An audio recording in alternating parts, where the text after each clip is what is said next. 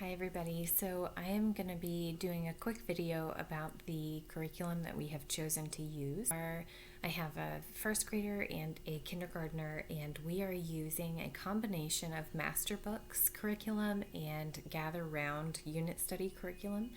We just began this, so this is brand new, but I'm going to show you a couple quick examples of what we have. I purchased the first grade math and language arts curriculum through Masterbooks.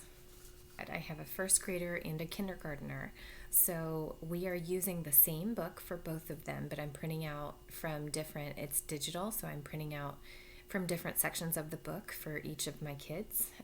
So my kindergartner is a lot closer to the beginning of the book, and my first grader is a lot closer to the end. It's working well for us so far. Here's an example from the earlier first grade. This is my kindergartner actually doing the page, and you can see he's copying the numbers, he's counting how many he sees and writing that down. Here he's still copying numbers. He is showing me that he knows what a plus sign is and an equals sign is. Here he did some very basic addition and used that as the key for a color by number. This is kindergarten language arts. So he's circling the vowel sound that goes with the picture. He did great with this. He was explaining it to me. It's like he can do it more than he can explain it, which makes sense, but you'll see he did it again here. So we had to talk about, like in ball, right here, you see there's two A's listed, and the sound actually kind of sounds like an O, ball. So we talked about it's not an O in this particular word, and I think I wrote, yeah, you may be able to see that where I wrote the word ball for him to see. But this kind of a U-shaped symbol on top of it is for the A sound, which is the short A sound. But this sound, sorry, that little circle above the A shows the ah sound. So the A is able to make three sounds. It makes the A sound, which is the long A, the short A sound, which is ah, and then this third sound that the A makes but the A makes a third sound, which is ah. So we talked about that today. And then he read from this sight words list. So that's the first grade curriculum adapted for a kindergartner. And then the first grade curriculum for a first grader, she was counting by fives today. She was doing some basic addition problems, still counting by fives. She was finding all of the fives and the tens on a hundreds chart and looking at the pattern on the hundreds chart. She made her own pattern of shapes that she knows. Again, counting by fives, doing some basic addition problems. If you were to count out 45 items, how many groups of 10 would you have, and then how many groups of ones would be left over? So then she's practicing tally marks. So these are her new sounds that she's practicing in this lesson, and then she has the opportunity to practice them in words. So obviously this is the language arts that she's using from the first grade Masterbooks curriculum, and they love it. We're doing 3 to 4, maybe sometimes 5 pages per kid for each subject per day, and often they are begging me to print out more. So they love it. They really feel, I've heard so many people talk about worksheets and workbooks as not being the optimal way of doing homeschool, that they feel like it needs to be more hands-on, and I think that there are times and places for that, but my kids really benefit from that feeling of accomplishment when they can see like how many pages are on this side of my bookmark and how many pages are on this side of my bookmark, and they can see that I'm progressively getting closer to the end of it. And the same way with a stack of a couple of printed pages, they can see I already did that many pages and I just have this many left. So they really feel that accomplishment as they get through these, and they love physically writing on things like pen and paper, obviously pencil with this, but it's not just concepts, it's not just videos. They're actually writing down their answers and working it out. And then they get to hand it to me. There's something gratifying to them, I think, about being able to hand it to me and say, here, I'm done. And we get to walk through it together and make sure that they got all the right answers. And if they didn't, we get to talk about it and figure out what the right answer is. So that has been going awesome. So that's our master books curriculum. That's just for today. That's what they did in one day. So obviously a lot more than that. But I was able to go through the digital books this way and find the pages that they really needed to work on. Like for instance, with this one, my son knows how to count to 10. It's not an issue. He knows how to draw circles, not always perfectly neatly, obviously, but this isn't a problem. The issue is the focus and the intentionality, the like making sure. Did you count again? Did you make sure that you wrote 8 circles on the line next to the number 8? So it's just that slowing down and being intentional and practicing that has really helped him. So I get to pick the pages that really fit what he needs, and I get to pick the pages that really fit what my daughter needs. So now I'm going to show you the Gather Round curriculum that we are using, that we began this morning. This is brand new for us. We knew that we wanted to be doing unit studies because I wanted my kids to have each other as classmates. I didn't want this to be totally separate. I'm going to educate you while everyone else goes away, and I'm going to educate you while everyone else goes away.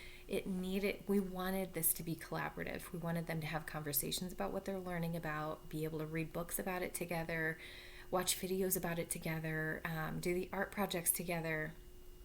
We wanted them to have a classmate. So this was super important to us that we were learning this way. I also really believe that things stick more when it matters to them. So for instance, if you are learning history and science and geography all through a unit study where it's all related to a topic, then it matters to you and it's easier to remember and be excited about. So that's why we decided to do this style of learning for our other subject. But I'm going to show you just a couple pages so that you can kind of see what this looks like. There's a teacher's guide that I did not print. I'm using it on my laptop and I'm casting it to my television. So my kids get to look at what I'm looking at and read with me, because the read aloud portions of it are in the teacher's guide, and it's the same for our whole family. That's what I love. So we're reading aloud from the teacher's guide on our TV all together as a family, gathered round. So that's part of why it's called Gather Round. And then get to hear it together.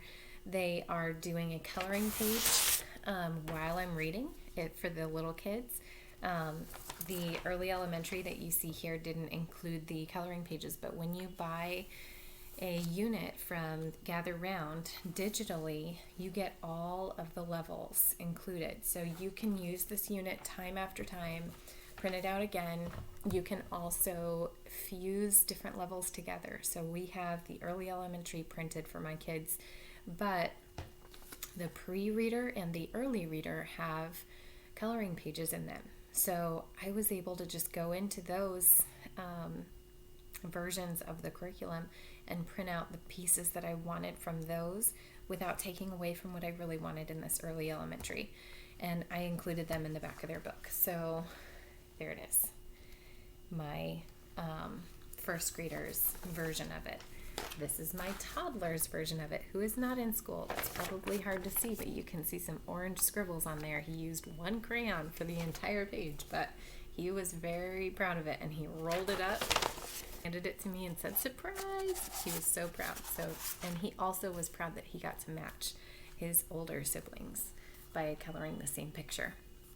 So that was really cool because it doesn't cost me any additional to print out some extra copies for everybody to look like and feel like they're doing the same thing, even if they're not at that level yet.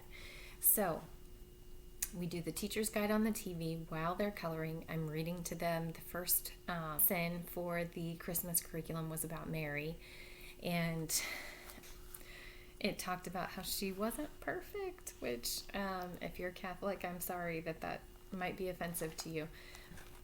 I needed to hear that another human being didn't have to be perfect to be the mother of Jesus, so I don't have to be perfect to be the mother of my kids. Thank goodness, because today did not go perfectly.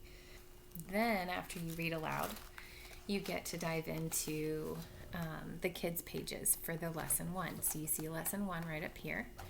And I skipped showing you this, but it has a recitation page, and it has 3 different biblical versions of the same passage.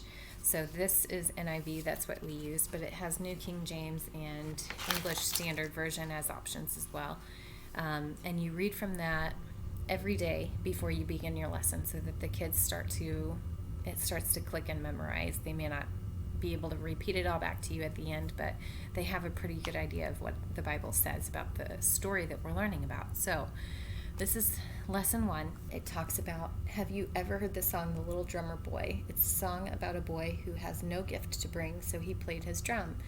So this talks about how God gives us gifts and talents, and we can use those gifts and talents to give him a gift back. So he doesn't need anything, but he wants us to be kind to each other.